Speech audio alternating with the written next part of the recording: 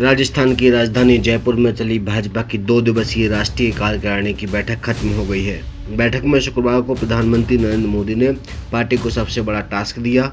सूत्रों की माने तो प्रधानमंत्री नरेंद्र मोदी ने भाजपा नेताओं को अब तक का सबसे बड़ा एजेंडा देते हुए अगले 25 साल के लिए तैयारी करने को कहा है।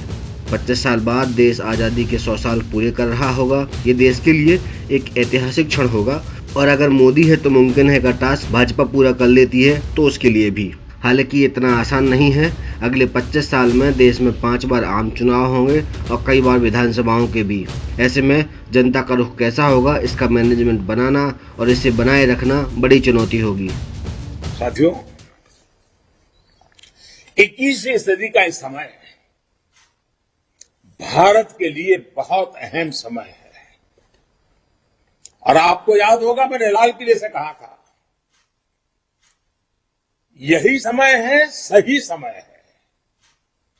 आज हम आजादी के इस अमृत काल में देश अपने लिए अगले 25 वर्षों के लक्ष्य तय कर रहा है।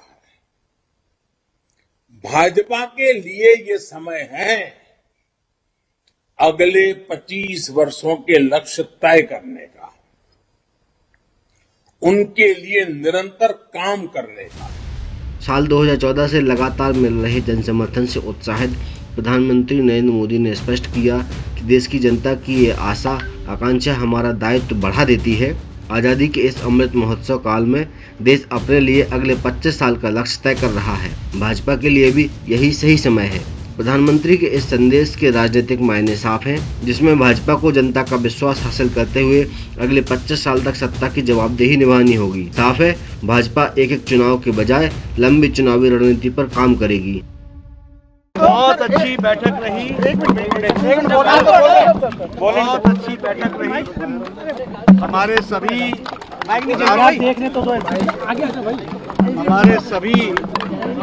राष्ट्रीय पदाधिकारियों ने बैठक में बढ़ चढ़ करके हिस्सा लिया और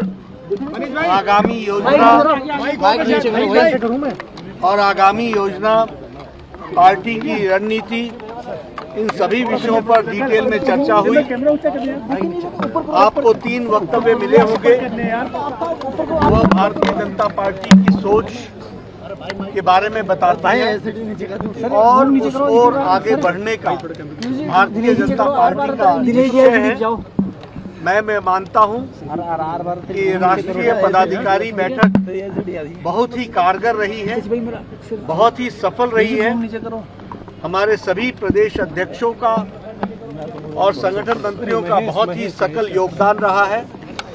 आगामी योजना बनी है, उस आगामी योजना को हम पूरी तरह से लागू करेंगे और सारी पार्टी जो गियर्ड अप है उसको दृष्टि और दिशा के साथ आगे बढ़ाने का काम हमारे पदाधिकारी करेंगे। पीएम मोदी के संदेश से विरोधी दलों को भी चौकन्ना होना होगा। भाजपा का मुकाबला करने के लिए उनको अब एक खास रणनीति बनानी होगी। पीएम मोदी के बयान के बाद कांग्रेस को भी अलर्ट हो जाना चाहिए, क्योंकि अगर भाजपा कामयाब होती है तो वो कांग्रेस के लगातार सबसे लंबे समय तक सत्ता में बने रहने के रिकॉर्ड को भी ध्वस्त कर देगी, जो उसने 1947 से लेकर 1977 तक बनाया था।